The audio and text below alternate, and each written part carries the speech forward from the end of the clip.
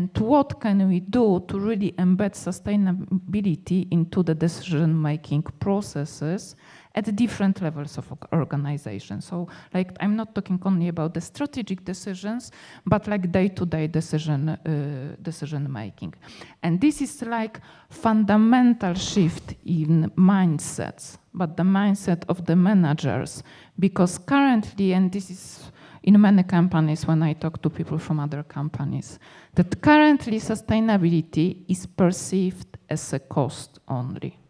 And sustainability should be perceived as an opportunity, differentiator, but also this is something we have no choice. We do not have planet B. We have only one planet to save, and this is the place we want to live.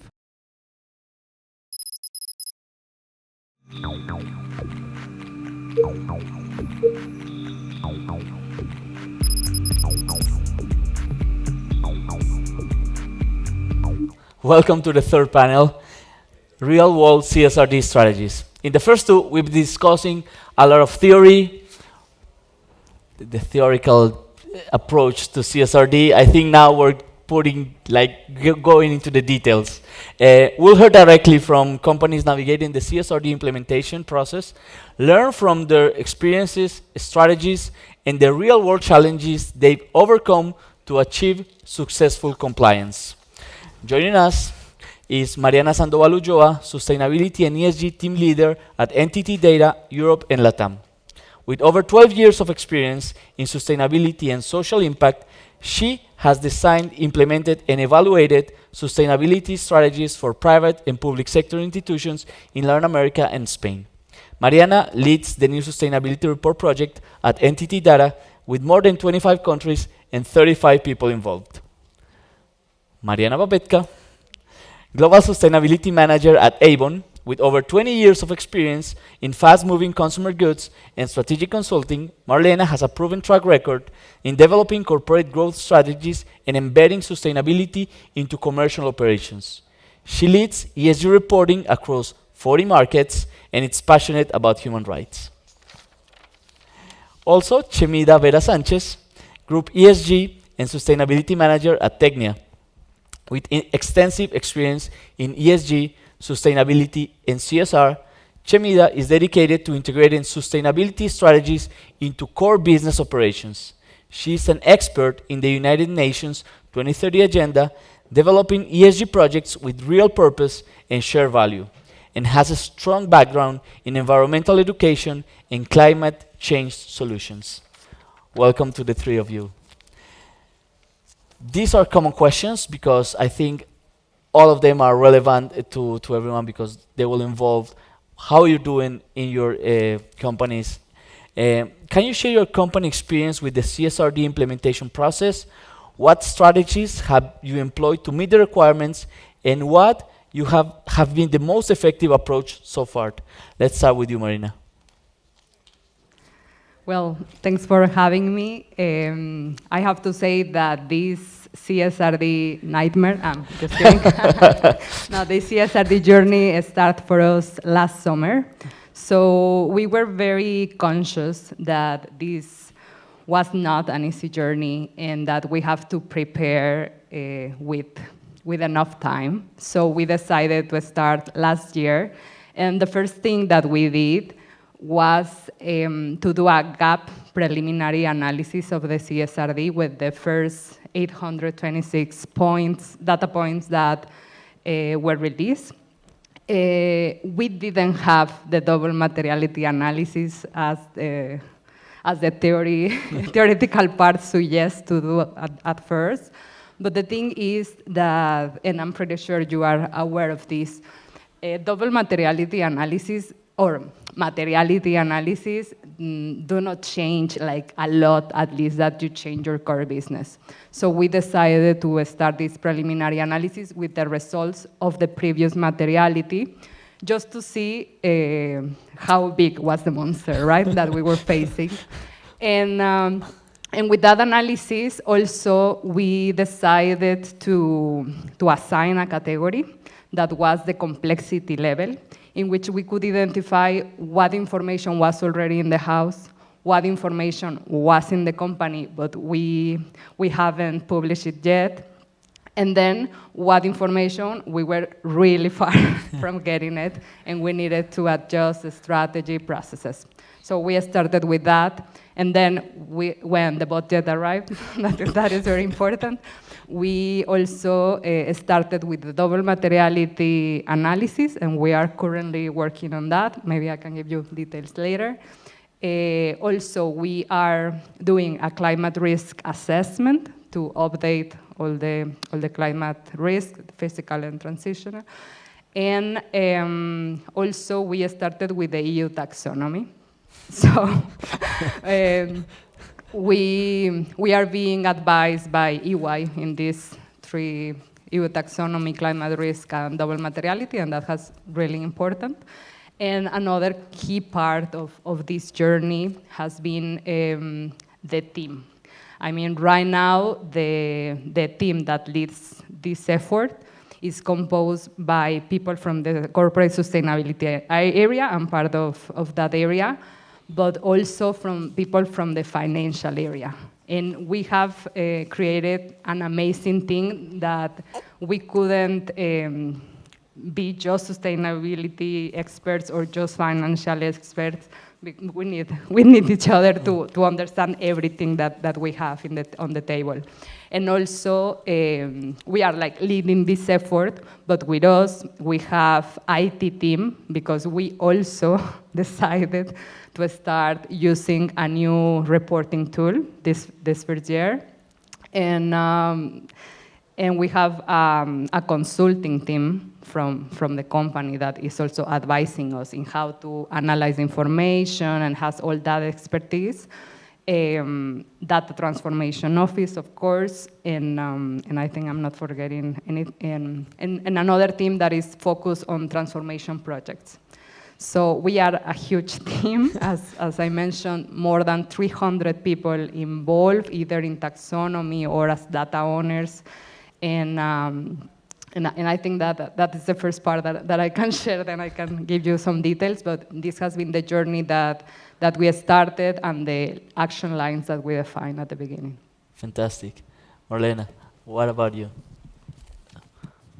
Okay, so because I'm responsible for ESG reporting in over 40 markets, it means that on daily basis I have to deal with different ESG disclosures. Yeah. Because as you can imagine, in US, Brazil, UK, European Union, the legislation really differs. So I use this experience to prepare to CSRD.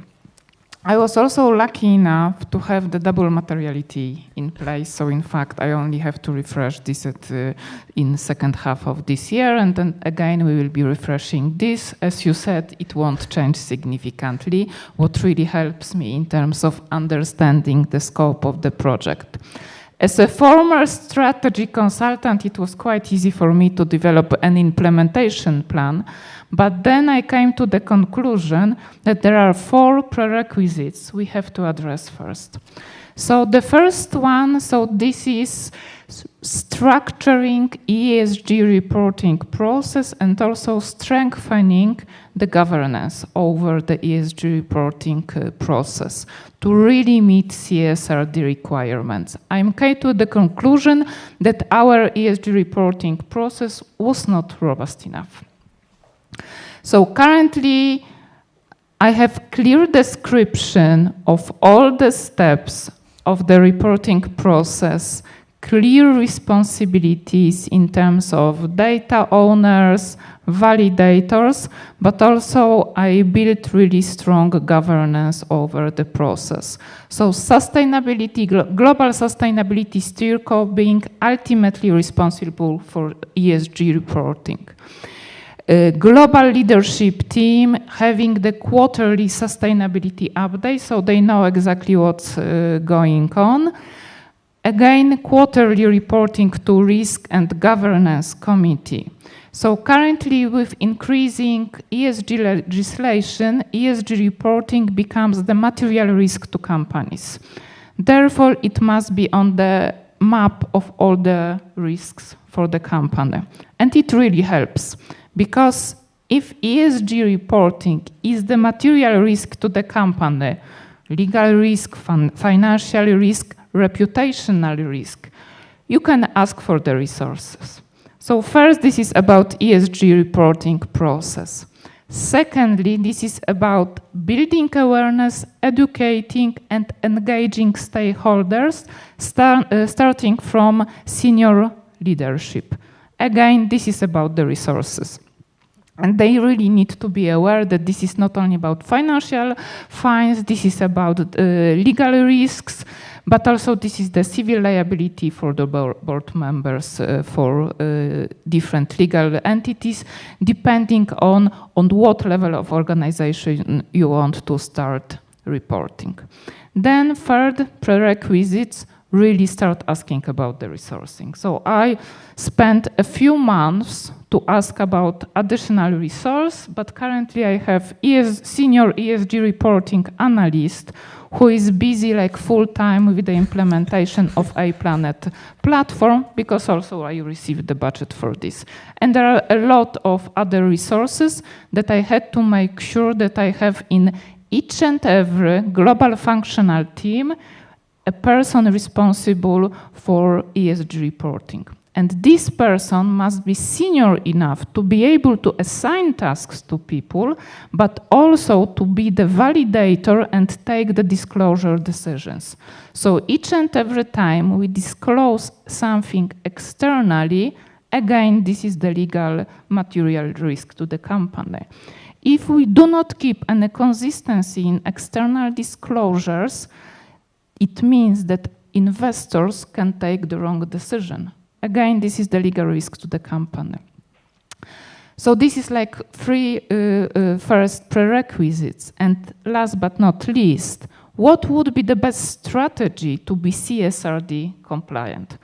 So again, we are talking about the resources. So I engaged the external consultants to help me conduct the study to identify the best way approach to be CSRD compliant. And because we have already in place a few different disclosures, so for me it was extremely important to really streamline the reporting process and optimize the number of the KPIs and the definitions. So currently, this year agenda for me, this is to be GRI compliant. So GRI compliant, like 90% overlaps with CSRD. And also it helps me with some other disclosures, but also it means like standardized approach across 40 different markets to meet different legislations, not only CSRD. So like with these 4 prerequisites, I could kick off the implementation project at different levels. So first of all, at global level for global functions like finance, R&D, communications, HR, and also at local levels. So in the first wave of the CSRD reporting, I have to prepare the reports for 4 legal entities. 2 legal entities in Poland, really different reports, because one is for the manufacturing plan and the second is for the commercial organization. From double materiality assessment, different KPIs to be reported. And then for Hungary and for Romania, so again, these are the commercial organization. But because the local legislation might differ, you have to remember this, the directive must be transposed into the local legislation. And for example, and currently only 2 markets have already completed this, so this is Romania and France. And for example, Romania, they changed the thresholds. So they just, by 4. So it means that because this market is smaller, so they want to cover much more companies, so they decrease the threshold. So currently I have the assessment based on the threshold from the directive, but at the same time I have to follow the local legislation in all European Union markets. So this is just like in a nutshell. Quite a task. Wow. Chemida, what about you? Well, for those who don't know, TEKNIA is a multinational group specialized in manufacturing metal and plastic components for mobility solutions. So we are in the automotive sector. Our journey has begun this year, and it's a nightmare also. I won't lie, because we are in a corporate level, very few people. And now we are in 13 different countries with more than 23 manufacturing sites, plants. So it's not easy to identify and consolidate all the ESG data that CSRD is requiring. For me in TEKNIA, the journey begins with a high-level gap analysis. I am analyzing the general requirements, the first standard, and then starting now with the double materiality assessment, with the ESG context, the mapping in depth of our whole entire value chain. That's not easy. And then identifying and learning how to manage all the IROs, the impact, risk, and opportunities, and also evaluating these impact, risks, and opportunities with all the stakeholders, not only internal stakeholders, talking about our employees, but also talking about our clients, the governance, the suppliers, and all the stakeholders, and then the quantification of the impact, the financial impact. I think we haven't mentioned this in the session this afternoon, but that's not easy, and we are starting to learning how to do this. And finally, but not less important, the ESG data management. This is very, very important, and we are identifying and analyzing all the new ESG data that CSRD and EFRAG require us. We are talking passing from 70 more or less requirements of the non-financial statement or sustainability report that we have here now in Spain for more than 1,200 requirements, no? Qualitative and quantitative information, but that's too many requirements. So we are in the first steps, but I think we have more than thinking about the negative way. I think we have to vision CSRD as a management tool, as my ex-former boss says, because I think CSRD give us really ideas and tools for implementing and transforming our business model. Sometimes people say that even a kick in the butt can move you forward. So that's something that I think CSRD is doing. What specific challenges has your company encountered during the CSRD implementation? I know that all of you are in different steps. And how have you addressed and overcome these obstacles? Are there any unexpected hurdles that you have faced? Let's start with you, Marlena. Okay, so in terms of the challenges, so first of all, very complex and detailed legislation.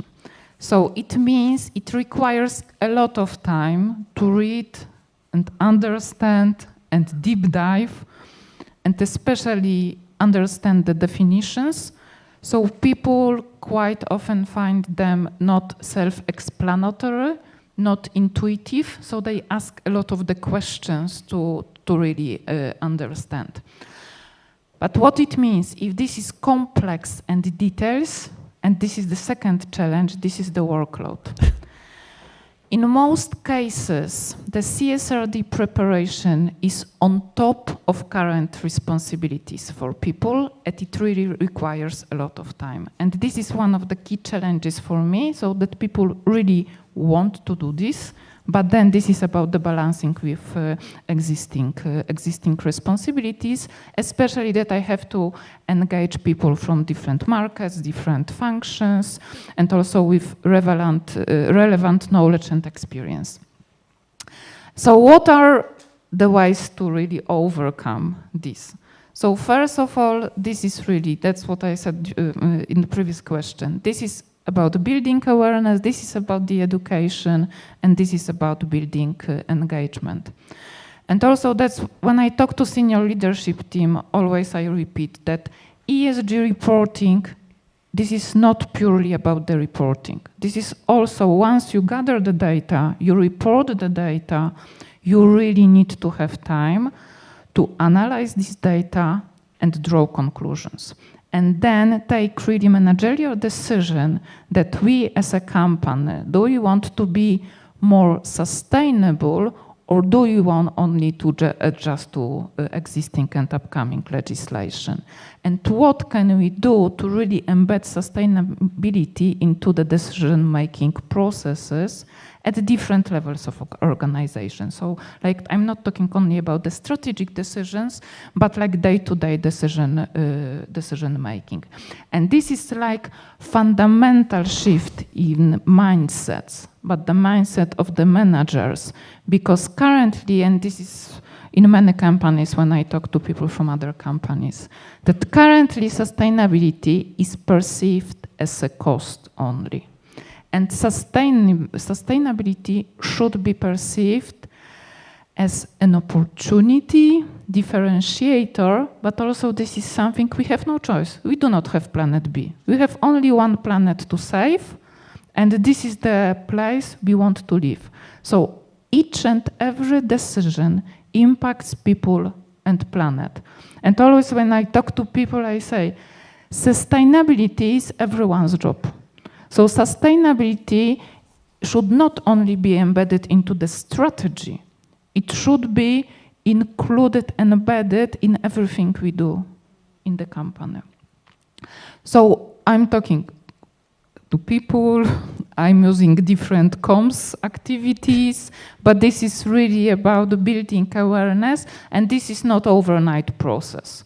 So this is something that is happening, and we will spend really more time to change the mindset of people. But this is only the way how to make this happen. So this is not about being CSRD compliant. This is about making the change. Completely agree. What about you, Chemida? I'm sorry. For us, it's maybe the same, the change in the mindset about the topic of today, compliance, transforming compliance to sustainability, no? Thinking about CSRD as an opportunity more than a negative way, no? In the practical matter is very, very difficult, but I think we have a lot of opportunities there. Talking about more in depth about our journey, maybe double materiality with all the different manufacturing sites, the plants, and more than 3,500 people in the whole world. It's very difficult to talk with them, to make them understand and educate them that this is not about compliance, this is about the living of our business. And if we do not compliance, we won't be able to manufacture more components, no? And also the quantification of the financial impacts. I think this is very difficult also. We are not talking about risk, but also opportunities that we have to put, define a number in the financial impacts in TEKNIA, and that's not difficult. Thinking about 13 countries company, no? And then the ESG data, consolidating and identifying and management, taking decisions according with the positive or negative ESG data, that's difficult. And I would say that today it's absolutely impossible to make to compliance and to transform the business models without an ESG data tool that help us to identify and to consolidate all the data and learn how to manage and make decisions on behalf of the data. Completely agree with that. Well, that's our mission at the end of the day. And what about you, Mariana? I don't want to repeat awareness, but it is awareness, the first challenge. And to face that, we decided since the beginning of the project to have committee sessions or committee meetings in which we invited the 300 people to each committee, and we presented what we were doing, right? Because during all the journey, we are asking tons of questions to all the areas. We are asking information. We are asking clarification for other things. So we wanted to make sure that everyone knows what we are doing and why it's important. And then the other challenge was that there is information that is at the global corporate level, and then we have information that is at country level. So to make sure that you differentiate the data, especially if you're using a tool that we are going to talk about that next, that is super important. Identify the key stakeholders, like the key areas that for us is, well, for everyone, people, compliance, procurement, clients, right? And then just like interlocutors that could connect you with the rest of the data that you're looking for. The other challenge, I would say, is that the first preliminary gap analysis that we did directly reading the regulation and the data points, and then we directly put it in the tool, or we did like a slight changes, but we thought that the users or everyone will understand what was saying there. And that is a huge problem because there are like questions or EFRAG or ESRSs present the data points are different data points, but when you are thinking in the final report, like 10 data points creates a paragraph, you know? So this analysis that you have to do between what is in the ESRSs and the final delivery report that you have to get, it's a very important analysis, and not assuming that all the users will understand everything directly from the standards. And finally, I would say that, well, it's already been said, like people hate reporting. I mean, the sustainability reporting team is like the black sheep in the company always, but I really like what you mentioned. We have to make sure that sustainability stays, or sustainability criteria stays in the already existing process. For example, for double materiality analysis, we had to conduct a risk assessment, right? And we were doing everything separately from the process. I mean, we had this double materiality project and we were to implement it and everything, but we already have a risk assessment process in the company. So we train the risk management area so they could incorporate all these into their already existing process. It's taking ages waiting for them to do it, but we prefer to wait in order to establish or recreate a process instead of doing a separate process. And in that way, we are not just reporting for the sake of reporting. We are trying to transform our company to achieve the sustainability goals. That is also the aim of all of this, right? Yeah. So, yeah. To complement the thing that I said before, with maybe 2 or 3 more things. Education, I think this is the first step. And second, the governance part that are EFRAT and CSRD are asking. No, we are talking about all the 5 environmental standards, the 4 of social and the governance standard. We have to define politics, action plans.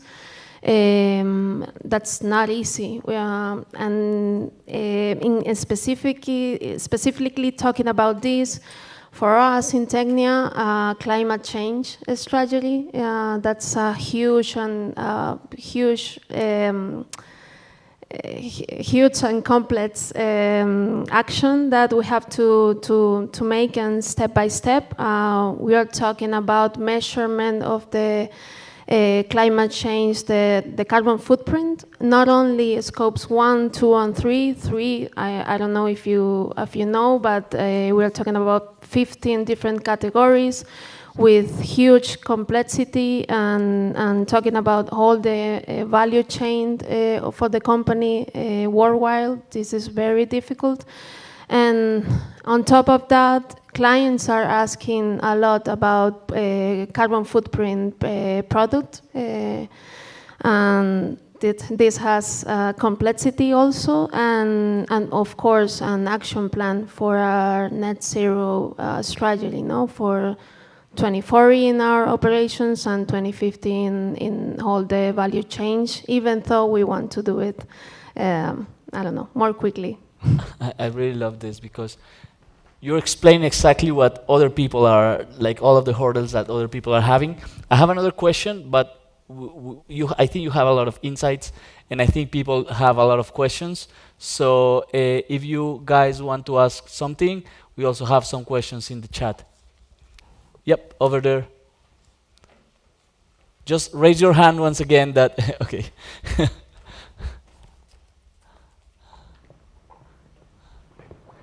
Thank you. This is a quick question. According to your experience and your strategies in your companies, are you using artificial intelligence in your processes in the implementation of CSRD? I can answer this one. So we have already started investigating this, and even I saw some solutions. But what is important with AI, if you want to use this for ESG reporting data, first of all, you have to structure all this data in your companies. So currently, one of my key challenges is that some of this data is on PC of one of the person in Excel file. Then another input is in maybe another format, in other place of the company.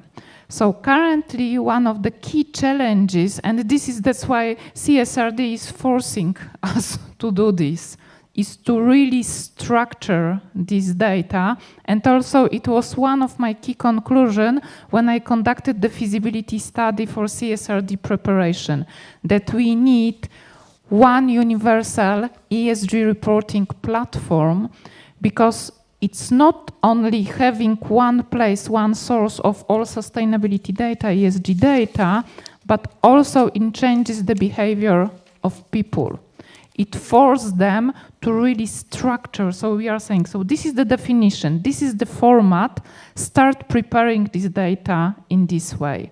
And then we can start also, and that's what we are doing really, to prepare different IT systems so the artificial intelligence can start pulling the data. Because of the outcome of artificial intelligence depends on the input. If your input is unstructured, it would be extremely difficult to have reliable data. Please remember that for CSRD, the third-party audit is required. So currently, when I'm working on ESG reporting process, I work closely with our internal audit. Because if it meets all the requirements of our internal audit, then the next step would be to talk to third-party auditors in terms not only if, the collection process, so what are the mandatory steps to make sure that these are really accurate, reliable data. Once we have this, we can think about streamlining data, but also that's what I said earlier. This is also about drawing the conclusions and developing the sustainability strategies for companies. And that's the place where artificial intelligence can make a huge change. I just want to add that we are not using artificial intelligence yet, but what we want to, or the second iteration of this project, is to connect all the internal systems that we can into our sustainability reporting tool. So to reduce the number of people inserting data in the reporting tool and have more quality of the data directly extracted from other internal platforms. But totally agree, I mean, the structure is fundamental. In TEKNIA, we have now started a little project with artificial intelligence, and it's so we can reduce our administrative task to respond our clients about, especially about the carbon footprint, about our products. And we are starting to develop a integrating automatization program so our workmates can answer by artificial intelligence the data that they need about the carbon footprint on our sustainability strategy and objectives, etc., and then review the data. But we are starting. Fantastic. Does anyone else have a question in the audience?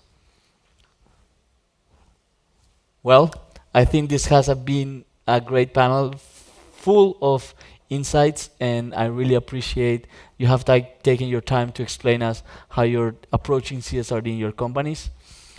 To finalize, I want to thank all of you, and I want to invite our CEO, Cyril Pierre, to the stage so he can give us a final speech.